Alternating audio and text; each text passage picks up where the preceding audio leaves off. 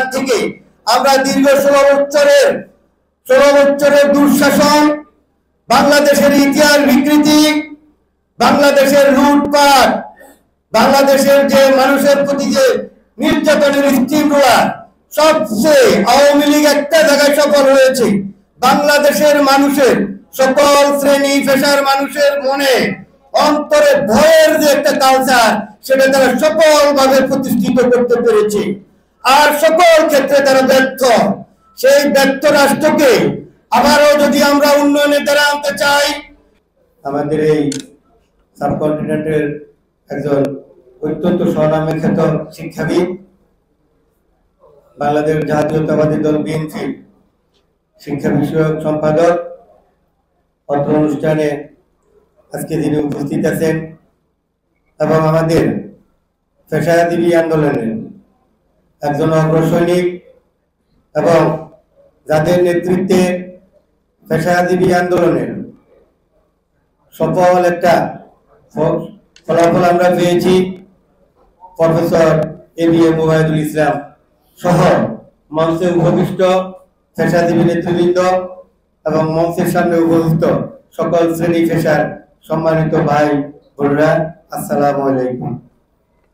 আজকে যাকে নিয়ে এই আলোচনা সভার আয়োজন, শহীদ প্রেসিডেন্ট জিয়াউর রহমান দেশপ্রেম বলেন এবং দেশের উন্নয়ন বলেন, মাত্র 3.5 বছরে উনি যে দৃষ্টান্ত স্থাপন করে গেছেন, স্বাধীনতার রজত জয়ন্তীর পরেও, এত বছর পরে এসেও 50 বছর যাবৎ আলোচনা করেও আমরা শেষ করতে পারিনি।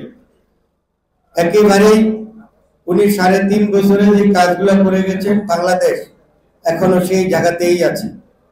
একজন মহান নেতা, যিনি 1971 সালে যারা ভাগাড়ম্বর রাজনীতির নাম দিয়ে দেশের মালিক সেজে কোটি কোটি নিরস্ত্র মানুষকে হানাদার বাহিনীর মৃত্যুর মুখে ঠেলে দিয়ে পালিয়ে গিয়েছিলেন, সেখান থেকে দেশ গড়ার স্বাধীনতার ডাক দিয়ে, স্বাধীনতার ঘোষণা দিয়ে সশস্ত্রভাবে রাজপথে ঝাঁপিয়ে পড়ে হানাদার বাহিনীকে মুক্ত করে বাংলাদেশকে এনে দিয়েছিলেন বহুল কাঙ্ক্ষিত সেই স্বাধীনতা। স্বাধীনতা পরবর্তী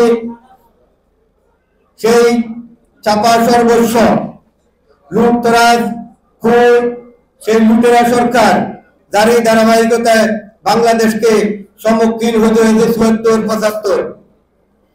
তারা যেই বাংলাদেশকে তলাবিহীন ঝুড়িতে পরিণত করেছিলেন, শহীদ প্রেসিডেন্ট জিয়াউর রহমান বাংলাদেশের আবারও ক্রান্তি লগ্নে বাংলাদেশের নেতৃত্বের আসনে আসীন হন এবং এই তলাবিহীন ঝুড়িকে সর্বপ্রথম বাংলাদেশের জনগণের যে কর্মসংস্থান শহীদ প্রেসিডেন্ট জিয়াউর রহমান সৃষ্টি করেছিলেন টেক্সটাইল সেক্টর প্রতিষ্ঠার মাধ্যমে 1978 সনে।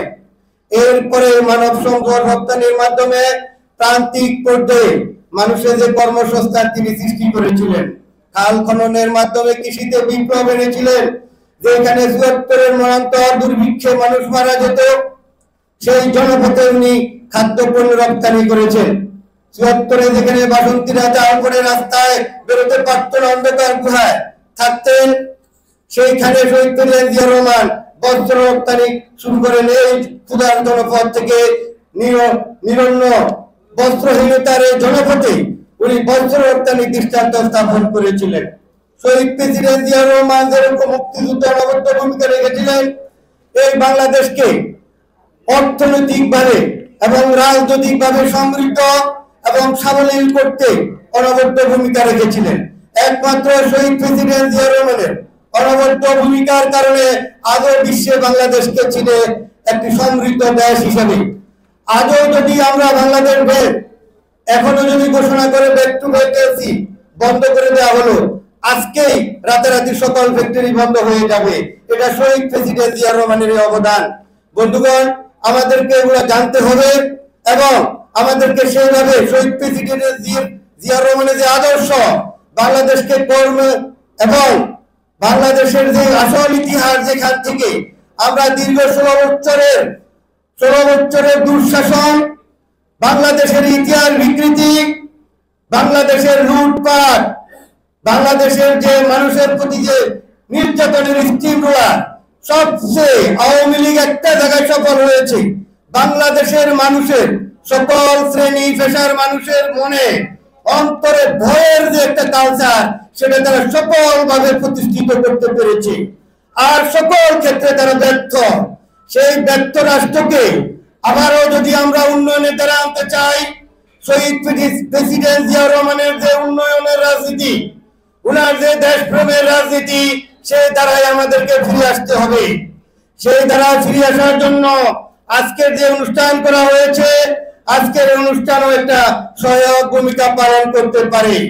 সম্মানিত উপস্থিতি, সম্মানিত নেতৃবৃন্দ, আমরা আজকের এই অনুষ্ঠানের যে আলোচনা, একটাই, শহীদ প্রেসিডেন্ট জিয়া রহমানের যে দেশপ্রেম এবং রাষ্ট্র গঠনের যে উনার যে কৌশল আদর্শ, সেটাকে আমাদেরকে ধারণ করতে হবে।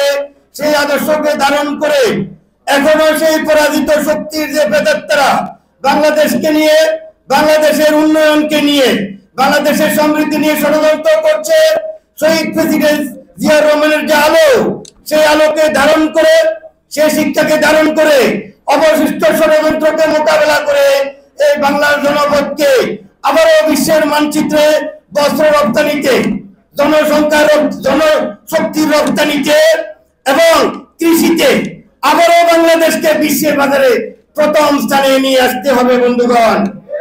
সেই উদাত্ত আহ্বান জানিয়ে শহীদ প্রেসিডেন্ট জিয়া রহমানের আদর্শ বাস্তবায়নের একটা ক্ষুদ্র প্রয়াস হিসেবে আজকের